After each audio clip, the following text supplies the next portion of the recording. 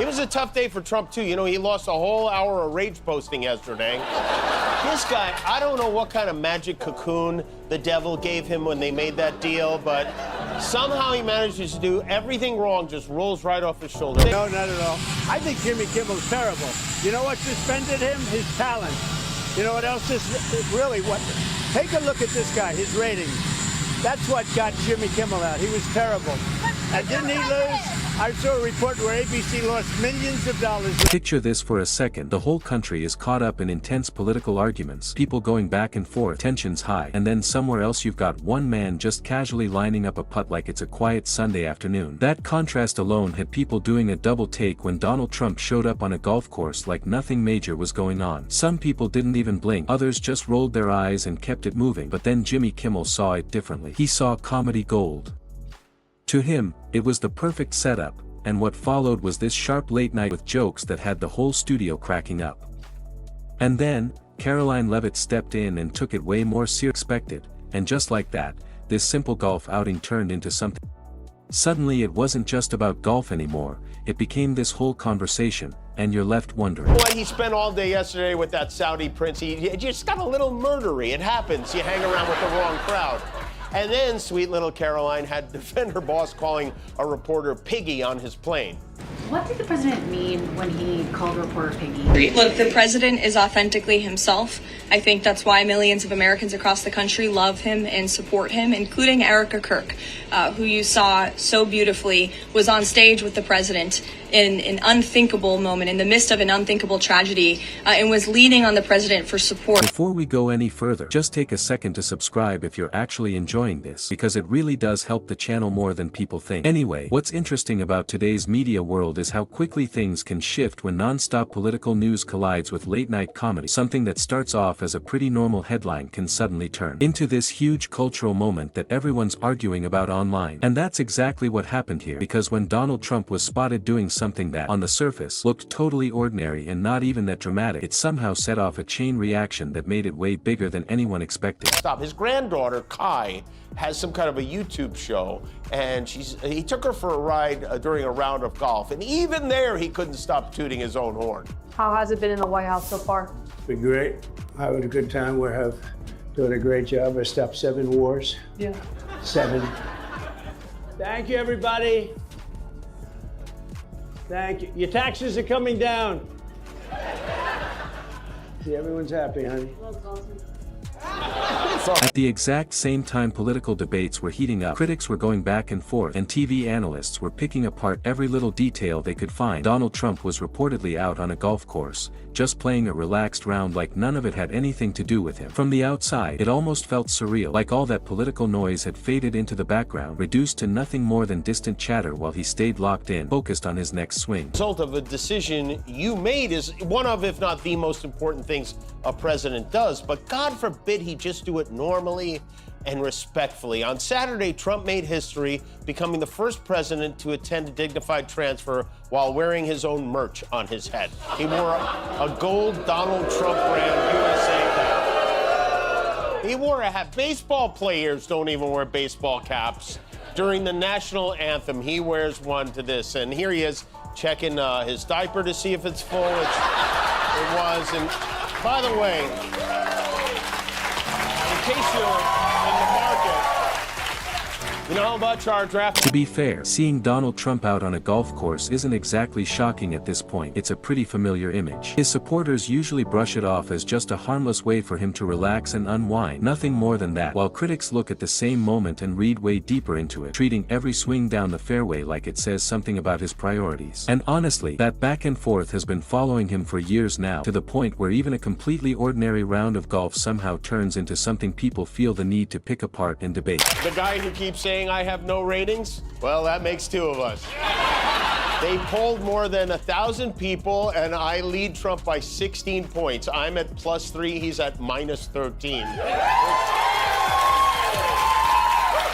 It's nice, but it feels like, considering the fact that I'm not a convicted felon friend of Jeffrey Epstein, and I've never paid off a porn star or sent a team of masked goons into a park to pull an old lady away from her grandchildren, I feel like my rating should be higher? What really pushed this whole thing from just another routine headline into something viral had almost nothing to do with golf itself. It all came down to what happened later when Jimmy Kimmel decided the situation was just too ironic to ignore. This is literally what he does, right? He looks at the news, finds those absurd little moments, and turns them into comedy. And the second he got into his monologue, you could tell he wasn't about to be polite about it. He went all in, leaning hard into the humor and painting this exaggerated but weirdly relatable picture for anyone who'd been following the headlines. The way he told it, the joke basically wrote itself, and the audience picked up on that immediately. You could hear the laughter building in waves. And he didn't stop there. He kept pushing it further, describing the whole scene like the entire political world had just paused while one guy carefully figured his way out of a sand trap. It was bold, it was obvious, and it was meant to be, but what really landed with people was how he pulled out that bigger irony sitting underneath the whole moment. Beast Donald Trump's inner circle is becoming increasingly fearful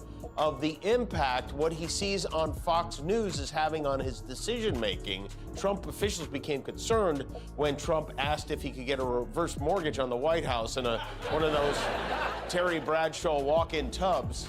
A few weeks ago, there were reports that the reason Trump wanted to send the National Guard into Portland is because he saw Fox footage of unrest from 2020 and he thought it was happening in real time. What he was really saying, just wrapped in humor, was that modern political drama has gotten so ridiculous it starts to feel like a comedy sketch before any comedian even touches it. And from that angle, the whole golf outing didn't even come across as just a sport anymore. It felt more like a symbolic moment in a much bigger story. The studio audience loved it, no question, but once you stepped outside that room, things got a lot more complicated. Political commentators, people online, even campaign figures started reacting almost instantly, arguing that the jokes went past light satire and straight into mockery. One of the loudest voices pushing back was Karoline Leavitt, who strongly criticized what she saw as non-stop ridicule aimed at Donald Trump. From her point of view, it wasn't just about a comedian making jokes, it was part of a bigger pattern where political humor seems to lean in one direction. And the argument there is that whenever Trump becomes the target of late-night comedy, the tone can shift from simple teasing into something that feels more like political commentary,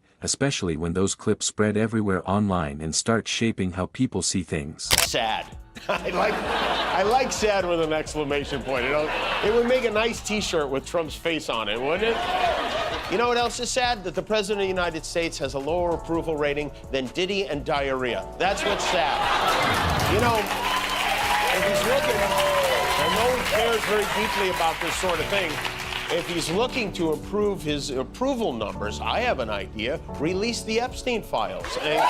Of course, Jimmy Kimmel has never really pretended his monologues exist outside of politics. This is kind of his lane. Over the years, he's built a reputation for blending humor with sharp criticism, taking shots at public figures across the spectrum, but especially the ones he feels represent the most over-the-top parts of modern political culture. For his fans, that's exactly why they watch. They see satire as a core part of how a democracy talks to itself. Something that goes all the way back through political cartoons, stage acts, and comedians openly mocking powerful leaders. So from their perspective, headlines about Donald Trump playing golf were basically a perfect setup because comedy thrives on moments that feel just a little bit absurd. To them, this was classic late-night material. But critics didn't see it that way at all. In their eyes, turning a golf outing into an ongoing joke didn't feel like balanced satire. It felt more like selective outrage. And once those two sides started clashing, the whole thing grew way beyond the original monologue. Clips from Kimmel's segment spread everywhere, racking up millions of views, while people argued back and forth over whether the jokes were actually funny or just went too far. Lives in Trump's war on Iran,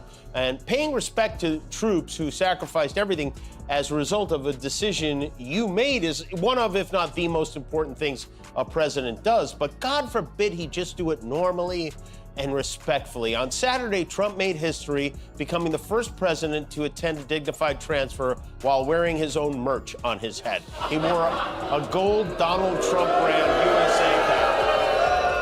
He wore a hat. Baseball players don't even wear baseball. Meanwhile, the response from Karoline Leavitt started making headlines of its own, making sure this whole thing wasn't just going to fade away quietly. And honestly, that's what made the situation so interesting. It really showed how blurred the lines have become between politics, entertainment, and straight-up internet spectacle. One joke on a late-night show can now set off reactions from campaign figures, strategists, commentators, and social media personalities within hours, which is wild when you think about it, because years ago something like this this might have just led to a few opinion pieces or maybe some talk radio debates. Now, it all blows up at once across social media, TV panels, and online platforms, turning into this full-scale viral clash. And as the back and forth kept going, Jimmy Kimmel handled it the way comedians usually do. He didn't back off. He leaned in even more, basically suggesting that the outrage itself had become part of the joke. For people who enjoy political satire, this whole pattern felt very familiar. A comedian drops a punchline, a political figure reacts strongly, and then that reaction becomes the next punchline, and the cycle just keeps repeating until something new comes along and everyone moves on. Is very frank and honest with everyone in this room. You've all seen it yourself. You've all experienced it yourselves, and I think it's one of the many reasons that the American people re-elected this president, because of his frankness. And so I think the president being frank and open and honest to your faces, rather than hiding behind your backs, is frankly a lot more respectful than what you saw in the last administration. That's right. Frankly, his frankness is what makes him so great. If anything, we should be franking him for calling them. Even so, Karoline Leavitt kept coming back to a bigger concern about how much influence entertainment platforms actually have, arguing that the issue wasn't just one joke, but a wider culture where certain political views keep getting turned into punchlines while others don't get the same level of scrutiny. People who agreed with her took that even further, saying late-night comedy has slowly become more partisan over time, and that a lot of these jokes just reinforce what audiences already believe instead of pushing them to see things from different angles. On the flip side, defenders of Jimmy Kimmel pushed back, pointing out that throughout Donald Trump's political career, his speeches, rallies, and public appearances have constantly given comedians material to work with, especially for those who turn big political moments into humor. And honestly, what made this golf story hit differently was how simple the image was. It was just a former president casually playing golf while the media world was buzzing non-stop, and that contrast alone almost felt like it was made for comedians to jump on. Grandpa, you're awesome. Imagine that's your grandpa.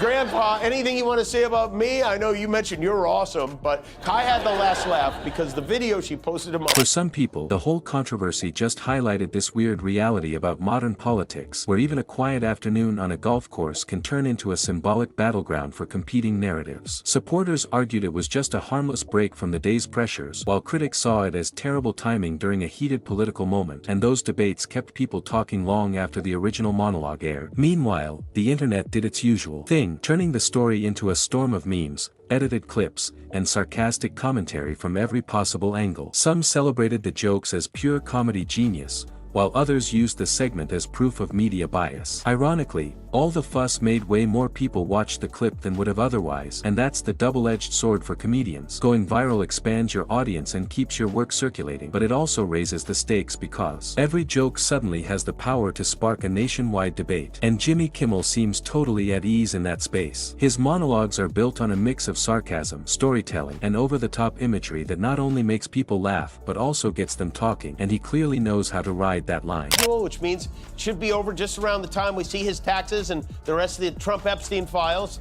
Ironically, this war he launched to distract us from those could turn out to be more damaging to him than the Trump-Epstein files themselves. They're saying this could be worse, and that would mean he'd have to come up with another distraction from the war. And if you do need that, Mr. President, I got a good one. You know what would distract us from the war? Release the unreleased Trump-Epstein files. Karoline Leavitt, on the other hand, represents this new wave of political communicators who understand how important it is to react fast when they think a narrative is unfair. Her quick response to the monologue showed just how quickly allies can rally in the digital age. By the end of it, the story wasn't even about golf anymore. It became a debate about perception. Supporters and critics weren't really arguing over one afternoon on a fairway. They were arguing about how political figures are portrayed, who controls the narrative, and whether satire is harmless fun or a real force shaping public opinion. That tension between humor and politics isn't going anywhere anytime soon. As long as comedians keep scanning the news for punchlines and politicians respond to those jokes,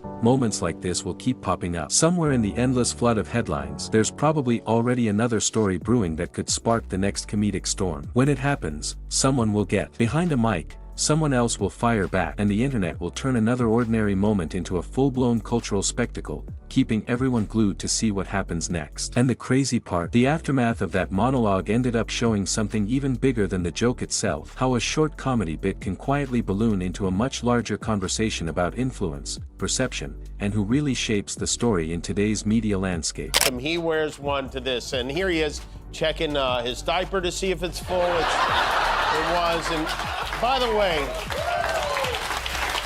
case you're in the market, you know how much our draft-dodging president charges for that USA cap? $55, that's right. It's like a whole teaspoon of gas but make no mistake, fashion faux pas aside, this is a president who supports our military. He's even selling a special veteran edition of his God Bless the USA Trump Bible. $99.99. As clips from the segment kept spreading across social media, a lot of people who hadn't even seen the original broadcast suddenly got pulled into the conversation. Some watched just for laughs, replaying the moment and cracking up at the exaggerated way Jimmy Kimmel had painted the scene, while others saw it very differently, focusing less on the humor and more on what they felt was part of a pattern of ridicule aimed at Donald Trump.